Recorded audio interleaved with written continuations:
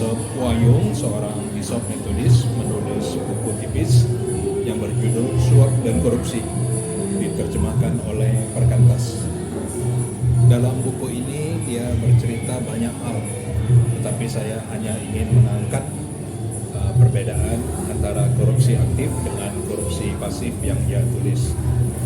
Bishop Wayung menegaskan bahwa banyak orang Kristen, orang percaya dengan tegas menolak apa yang ia sebut sebagai korupsi aktif, yaitu dengan sadar dan sengaja membujuk orang dengan harta, dengan uang, dengan bahkan intimidasi. Tetapi yang tidak disadari karena ada masalah faktor budaya, yaitu banyak orang Kristen yang terlibat dengan korupsi pasif. Korupsi pasif ini sederhananya adalah karena kita tidak merasa menerima sogok, kita tidak merasa korupsi. Karena kita tidak terlibat tim ses, kita merasa tidak korupsi. Karena kita tidak mengambil sesuatu yang bukan menjadi milik kita secara langsung, kita merasa tidak korupsi. Maka kita mengatakan, saya bukan koruptor. Tetapi faktanya adalah bahwa banyak orang menutup mata terhadap kebenaran, keadilan.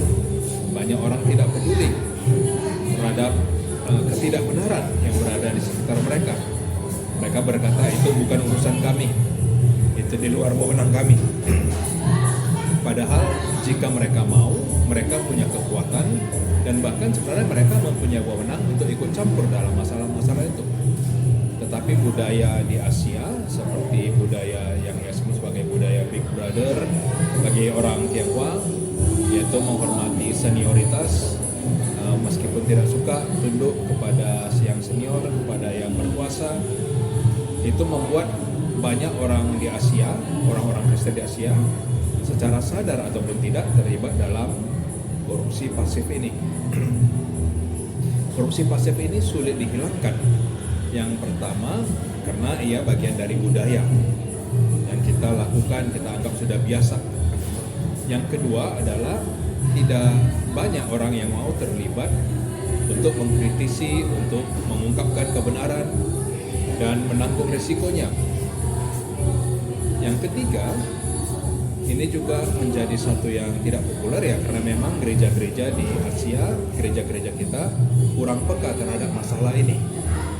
Lagi banyak orang-orang Kristen, orang-orang percaya tidak pernah diajarkan, tidak pernah diberi kesadaran untuk hal ini. Hari ini ketika kita berbicara mengenai kebenaran, keadilan, ketika kita berkata bahwa Allah datang untuk membawa kebenaran, kedamaian, sukacita, apakah kita benar-benar melakukannya atau itu hanya lip service? Bisa jadi memang kita khotbahkan, tetapi hanya untuk menyenangkan hati pendengar, untuk menenangkan jiwa atau psikologi para pendengar, supaya orang-orang yang mendengar firman Tuhan merasa telah berbuat kebenaran. Saya sudah diselamatkan, dosa saya sudah diampuni, dosa masa lalu, masa kini, dan masa depan.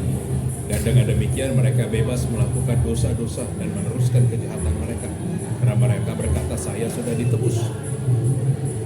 Tetapi Alkitab juga berkata, Yesus mengatakan pohon dikenal dari buahnya. Ingatlah selalu, ada hal-hal yang kita ingin dengarkan, tetapi ada hal-hal yang Tuhan ingin kita dengarkan.